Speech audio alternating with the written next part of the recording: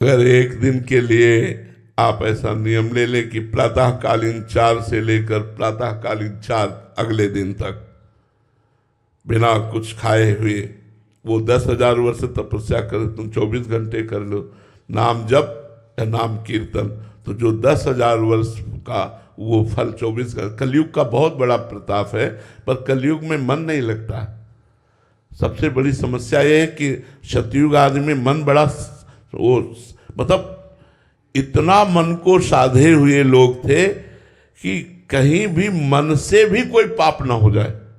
अपना तो अगर मन, परशुराम जी की माता रेणुका जी जब नग्न जी की संध्या का जल लेने के लिए गंगा जी के समीप गई, वहां देखा एक गंधर्व अप्सरा के साथ विलास कर रहा था,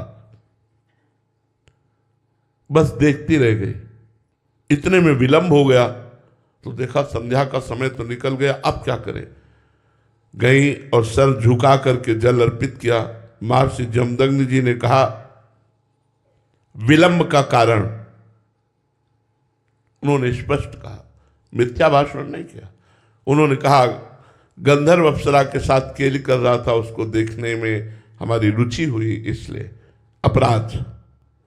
एक पतिव्रता होकर दूसरे पुरुष के विलास को देखकर तुम्हारे मन में रुचि उत्पन्न हुई, इसलिए तुम दंडनीय हो, अपराधी हो, तुम्हें दंड मिलेगा। अपने पुत्रों से कहा उठो और इसका गला काट दो।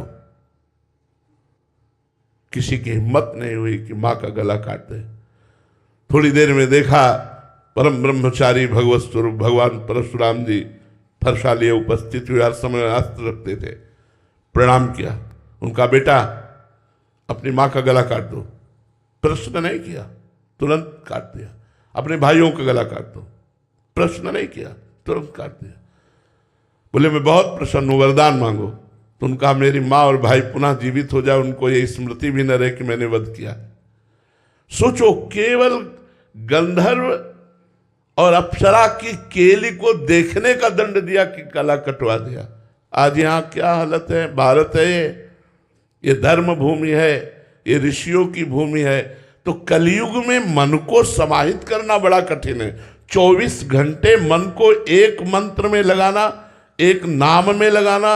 हम तो कहते हैं प्रयास करके देखो, बहुत अच्छी बात है। 24 घंटे न सही 10 घंटे तो लगेगा, आप लगा के देखो। प्रातःकालीन 4 बजे से अनुष्ठान लो। एक दिन भोजन नहीं पाएगा, जल नहीं पिएगा तो कोई मरेगा नहीं। 24 घंटे आज प्रातःकालीन 4 बजे से कल प्रातःकालीन 4 बजे तक मंत्रानुष्ठान। लघुशंका कराए, आचमन किया, पवित्र होकर फिर बैठ गए और जब करके देखो, आतंक मचा देगा। मन बड़ा बदमाश है, बड़ा बदमाश है। एक क्षण में नजारे कहाँ से कहाँ ले जाता है। कलयुग में ये सुविधा तो है, लेकिन है बहुत कठिन। मन बड़ा पवित्र है, इसलिए भगवान में नहीं लगता। पूरा जीवन हो गया यार संभालते हुए, फिर भी जरा सा चूक करो तो भगवान का विस्मरण कर बैठता है।